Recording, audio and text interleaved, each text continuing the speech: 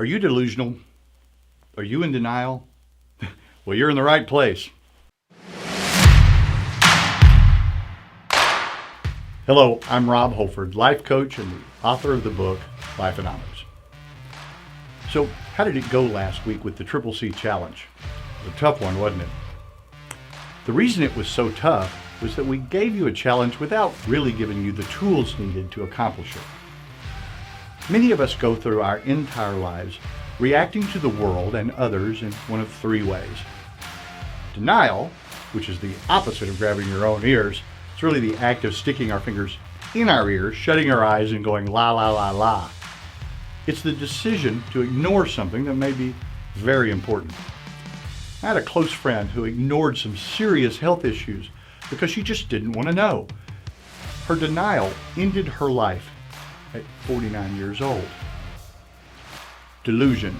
It's the fact of believing something that is just not factually accurate. My friend who passed away deluded herself into believing that the lower back pain she was having was a kidney infection without really getting any proper tests. Fixing is the instant need to categorize everything as good, bad, right, or wrong when we don't have all the facts.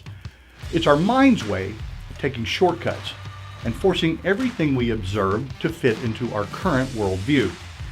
Fixing is also an attempt to control that which we have no control over. Life can be lived. It cannot be controlled.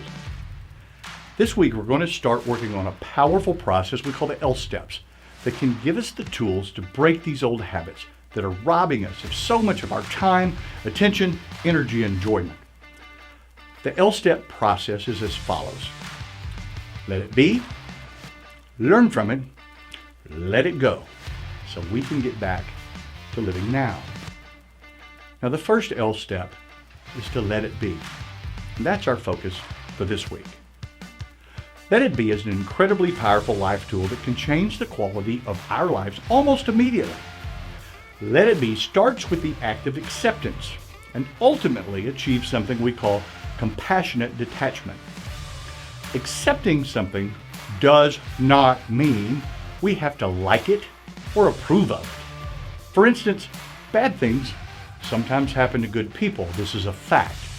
Living in denial or delusion regarding this fact only causes unnecessary suffering in the world. Trying to fix this fact by saying something like, maybe they really weren't good people, well, that doesn't help either.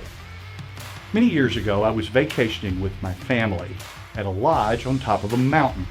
My then 10-year-old stepson Kevin was off playing when he jumped onto a ledge off the beaten track and landed right on a poisonous snake. Kevin screamed, the snake screamed, and yes, bit him several times in self-defense. This resulted in an airlift by helicopter and about a week's stay at our local children's hospital. Now, Kevin recovered completely, and it would have been easy for all of us to judge the snake as bad or wrong, or ask the universe, why did this innocent child have to suffer? But instead, we chose to let it be. The snake was just doing what snakes do. Kevin was just doing what 10-year-old boys do. That's the end of it. This week's challenge is to let it be. Face the facts, resist the fix. When someone does something that upsets you, let it be. When your hairdryer blows up in the middle of getting ready for a big meeting, let it be. It's just a hairdryer.